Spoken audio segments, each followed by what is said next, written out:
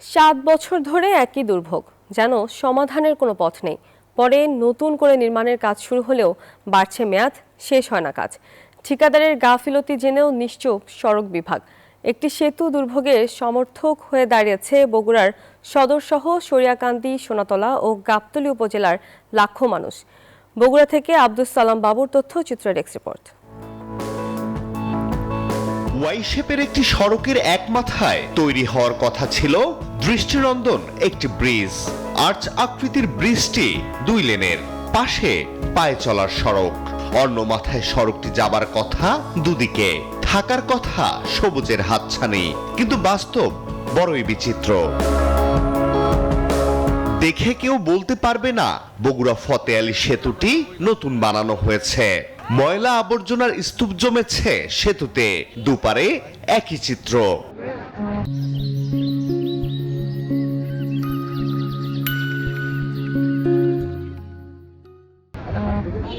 যদিও ঝুঁকিপূর্ণ সেতু ভেঙে প্রায় 20 কোটি টাকা ব্যয়ে 2023 সালের মে মাসে নির্মাণ কাজ শুরু হয়।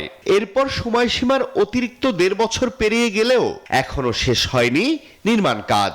পুনরায় ঠিকাদার নিয়োগের দাবি স্থানীয়দের। ব্রিজের কাজ না হওয়ার জন্য দুই পাশে দোকান হচ্ছে, চলাফেরার জন্য সমস্যা। এখানে একটি সৌন্দর্যবর্ধক ব্রিজ হবে, তার কার্যক্রম তো আমরা এখনো কিছুই দেখতেছি না। বাকি কাজটুকু অতি তাড়াতাড়ি সমাপ্ত করা দরকার, তাছাড়া তো লোকজনেরই চলাচল হচ্ছে না। কি অনায়াসে সড়ক বিভাগের প্রকৌশলী বললেন ঠিকাদারের গাফলতি রয়েছে, জেনেও ব্যবস্থা তো নেননি, সীমাবদ্ধ আশ্বাসেই। ঠিকাদারের কিছু গাফিলতি তো আছেই, আমি বলবো।